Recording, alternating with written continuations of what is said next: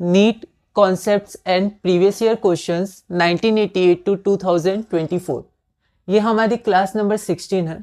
अभी तक क्लास 15 में यहाँ पर जो मैं लिखता था वो लिखता था नीट 2025 उसके बारे में, लेकिन मैंने अब यहाँ लिखा है नीट कॉन्सेप्ट्स एंड पीवाईक्यूज। तो हम लोग पहले कुछ बातें डिस्कस कर लेते हैं, इंपॉर्टेंट है। तो यहाँ पर जब ये जो क्लासेस होंगी वो स्पेसिफिकली नीट 2025 के लिए नहीं होंगी। इसके कुछ रीजंस हैं। सबसे पहला तो ये है क्योंकि एग्ज़ाम बहुत ही नज़दीक है हमारा, तो उसके लिए आपको बहुत कवर करना है, बहुत सारी बातें पढ़नी है। दूसरी बात ये है कि ये पहला ही है। क्लास 11th में 19 चैप्टर्स हैं, क्लास 12 में 13 चैप्टर्स हैं, तो टोटल आपके 32 चैप्टर्स हैं। तो उसमें ये पहले चैप्टर्स हैं। और अगला ये है कि हम लोग बहुत ही बेसिक में पढ़ रहे हैं, ब्रीफ में पढ़ रहे हैं और सिर्फ एनसीईआरटी कोर्स बुक पढ़ रहे हैं, कुछ एडिशनल इन्फॉर्मेशन कम ले रहे हैं, ठीक है। तो उसमें बहुत समय भी लग जाएगा। इसलिए ये जो है आप नीट के लिए देख सकते हैं, नीट जैसे मई में है तो तब तक हम लोग कुछ कुछ टॉपिक्स कवर कर लेंगे, लेकिन फिर भी क्योंकि इंटायर हम लोग उस समय तक ऐसे ब्रीफ में नहीं कर पाएंगे, तो इसलिए ये स्पेसिफिकली नीट के लिए नहीं है। पर फिर भी अगर आपको लगे तो आप कुछ कॉन्सेप्ट्स और इसके प्रीवियस ईयर क्वेश्चंस, क्योंकि हम लोग 2024 तक बना रहे हैं, तो आप वो सब चाहें तो देख सकते हैं। तो फिर ये क्लासेस तो कंटिन्यू रहेंगी, जैसे 15 क्लासेस हो गई हैं तो 16, 17 ऐसे आगे होंगी। लेकिन अब इसमें क्या होगा, सिर्फ हम लोग कुछ कॉन्सेप्ट डिस्कस करेंगे और प्रीवियस ईयर क्वेश्चंस डिस्कस करेंगे, ठीक है। तो हम लोग का स्पेसिफिकली ये एम नहीं होगा कि हमें किसी तरह कंप्लीट करना है 2025 मई तक। हम लोग एक बेसिक रिवीजन करेंगे। रिवीजन मतलब बेसिक बातें पढ़ेंगे, उनको रिवीजन करेंगे, उनको कनेक्ट करेंगे, ठीक है। तो इस क्लास से इसका नाम रहेगा नीट कॉन्सेप्ट्स एंड पीवाईक्यूज, है ना। तो जो पहले की क्लासेस हैं उसमें भी बहुत ही ब्रीफ था, तो वो भी एक तरह से कॉन्सेप्ट्स और पीवाईक्यूज ही था, ठीक है। तो इसलिए मैंने यहाँ पर सबसे पहले नाम इसका बदल के अब हम लोग आराम से बेसिक और ब्रीफ करके और कनेक्शन करके आगे बढ़ सकते हैं, ठीक है। नीट के लिए ही है, लेकिन हम लोग धीरे धीरे आगे बढ़ेंगे। दूसरा फिर वही बातें हैं, कुछ एक बार डिस्कस कर लेते हैं। कोर्स क्या है हमारे पास, कोर्स बुक एनसीईआरटी 11-12, तो हम लोग उसी को पहले अच्छे से कंप्लीट करेंगे और एडिशनल इन्फॉर्मेशन के लिए हम लोग क्या करेंगे, नीट के पीवाईक्यूज पे रिलाई करेंगे, और कुछ और होगा तो हम लोग देख लेंगे, ठीक है। तो हम लोग कोर्स बुक में एनसीईआरटी के टॉपिक्स, सब टॉपिक्स देखेंगे, और उसमें से अगर कुछ और डिटेल में जाना होगा तो हम लोग फिर इसी के टॉपिक्स और सब टॉपिक्स के अनुसार और डिटेल में जाएंगे। हम लोग बहुत ही बेसिक और ब्रीफ में रखेंगे, जैसे अभी तक हम लोग करते आ रहे हैं।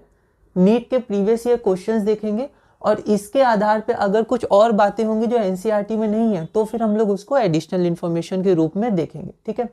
स्पेसिफिकली नीट 2025 के लिए नहीं है, पर कॉन्सेप्ट इसी से रिलेटेड है, क्योंकि यहाँ पर मैंने नीट लिखा है ना, उसी से रिलेटेड कॉन्सेप्ट है, पर स्पेसिफिकली हम लोग कोई टाइम नहीं ले रहे हैं। फिर इसमें हम लोग करेंगे क्या, तो ब्रीफ ओवरव्यू देखेंगे, हमें क्या क्या पढ़ना है बेसिक ब्रीफ में। नीट के प्रीवियस ईयर क्वेश्चंस में थोड़ा और डिटेल में जाएंगे, ठीक है। इसमें भी डिटेल में जाएंगे एनसीईआरटी के हिसाब से, लेकिन फिर भी ब्रीफ रहेगा।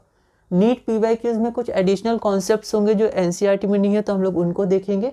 फिर प्रैक्टिस करेंगे। प्रैक्टिस में अगर होगा तो मैं आपको कुछ क्वेश्चंस कराऊंगा, जनरली मैं अभी नीट के ही कराऊंगा, तो यहाँ प्रैक्टिस में आपके लिए ज़्यादा होगा, जिसमें आप और तरह के क्वेश्चंस प्रैक्टिस करते रहिएगा और अपने नोट्स को मॉडिफाई करते रहिएगा। जो नोट्स आपको लगे कि ये लिखना चाहिए आप उनको लिख सकते हैं, जो लगे नहीं लिखना चाहिए आप उनको नहीं लिखिएगा, ठीक है। और फिर अगर आपको लगे कि और मतलब जब आप और ज़्यादा क्वेश्चंस प्रैक्टिस करें तो आपको लगे इन नोट्स को, मतलब जो नोट्स आप बने उनको मॉडिफाई करिएगा, तो उसी में आप मॉडिफाई करिएगा, ठीक है। जो आपके पहले बार में नोट्स होंगे उसी को आप आगे मॉडिफाई करते रहिएगा, ठीक है। तो एक जगह सारे नोट्स रहेंगे, आप जितने सोर्सेज से पढ़े हैं और जहाँ जहाँ से आपने इन्फॉर्मेशन लिए, तो आपके नोट्स रहेंगे, बस उनको आप रिवाइज करिएगा।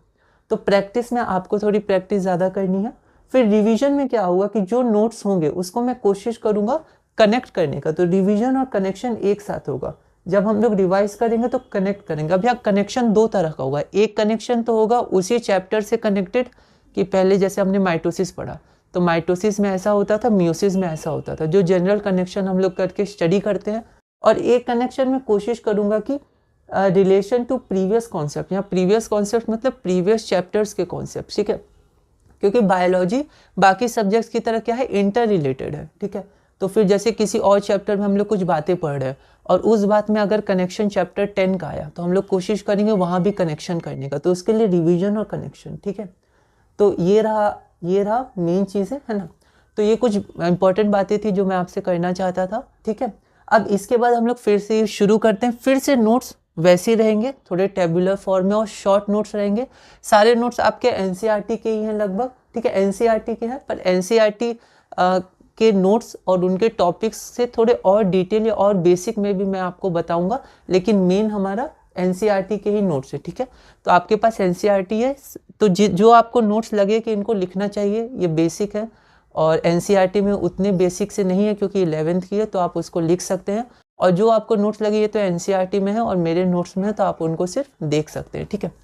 तो यहाँ पर ये जो नोट्स है, ये नोट्स थोड़े बेसिक्स है, तो हम लोग शुरू करते हैं बेसिक से। हमारा टॉपिक 4 है मियोसिस, ठीक है। तो अब हम लोग आज की क्लास शुरू करते हैं, क्लास नंबर 16। तो यहाँ देखिए, बेसिक और ब्रीफ में पढ़ते हैं मियोसिस, ओके।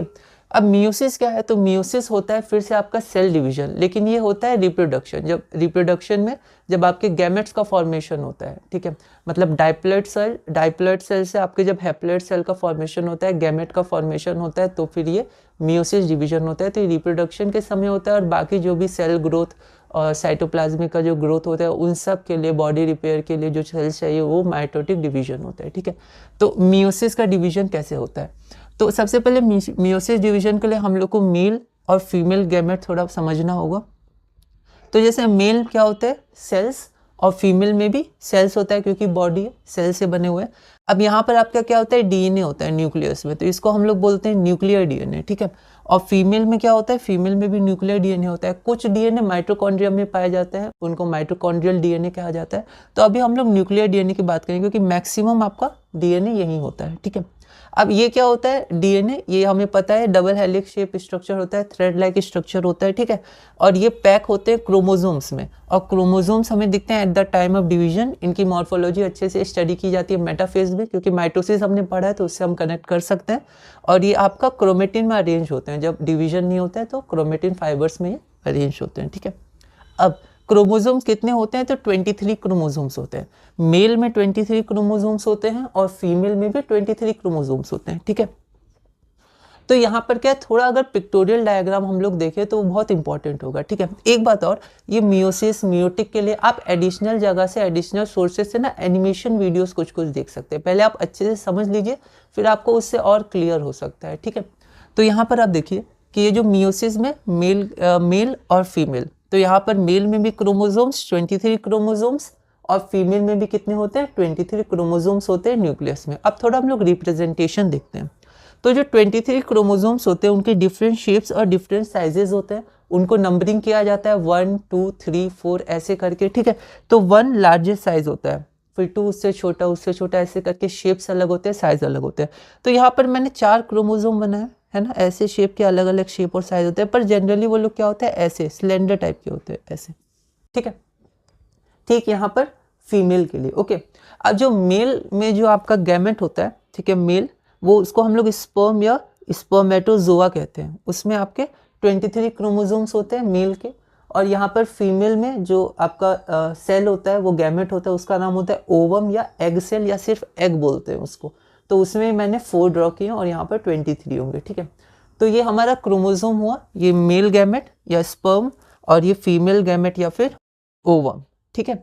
अब हम थोड़ा और आगे बढ़ते हैं और थोड़ा देखते हैं, क्योंकि आगे जो भी हमारा रिप्रेजेंटेशन है उसको समझने के लिए हम लोग थोड़ा बेसिक समझते हैं, फिर हम लोग आगे मियोसिस 1 जो हमारा प्रोफेज 1 है, लेप्टोटीन है, और ऐसे करके जो हमारे टर्म्स हैं, टेक्निकल टर्म्स है, उसको हम लोग देखते हैं।